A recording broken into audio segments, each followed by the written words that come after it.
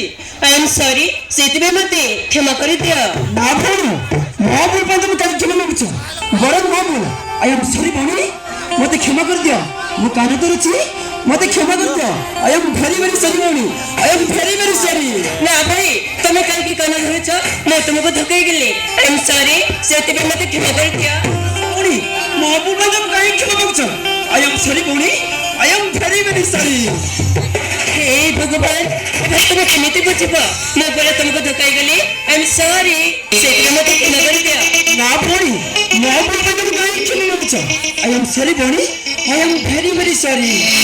ए भगवान ए भाई को मो केमिति बुझेबी ओ ठीक अछि भाई जहा बात हे गला हमें ताहिने आसछु ना भौणी मते गोटे कंपाउंड एड्रेस तुम ठार जानवर थिला मते से कंपाउंड एड्रेस देई परिबो की अरे भाई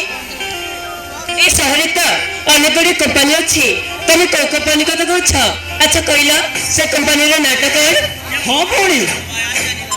से कंपाउंड रो नाट होची नॉइस फिनिशिंग कंपनी अरे भाई से कथा अनेक कंपनी और जो इसका सुना चंती मैं बापा ताहिले तुम आम कंपनी रे चाकरी करबा आछछ हाँ मैडम अरे अरे अरे ए मते फोन बोली डाकुथिला पुणी हठात मते मैडम बोली डाकुछ काहे की हाँ मैडम वो जो कंपनी रे चाकरी करबा आसीची सेही कंपनी रे अनुरोध मु केमिति भौणी बोली डाकी थांती सेति मैडम बोली कहि देली पाइबी मो ना होची पायल तमे मते पायल बोली डाकी पारो अच्छा भाई तुम नाटक हाँ मैडम मो नाट अछि संभव कुमार दास अच्छी मैडम मते कौन रास्ता देखि जीवा को पड़िबो ठीक अछि संभव तमे गोटे काम कर ए देखुछ ए सीधा रास्ता जीव गोटे किलोमीटर गला परे गोटे शिव मंदिर पड़िब शिव मंदिर टोटी को आगक गले राइट साइड को सीधा मो company thank you madam thank you ए चक्की तमे आगे कंपनी को जाओ सेठी में बापा थी मैं पापा को देखा करो नहिले आम कंपनी रे मैनेजर सहित देखा करो अच्छा भाई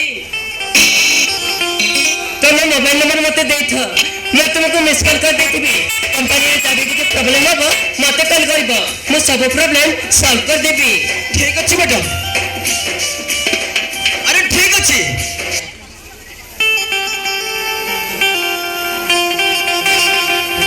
अरे वो नंबर नोट करो ठीक अछि संभव हां नोट करो ठीक अछि कोशिश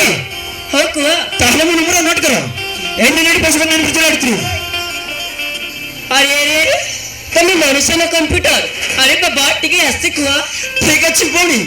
ठीक अछि मैडम ताहले वो नंबर नोट करो ठीक अछि को 7655 000 201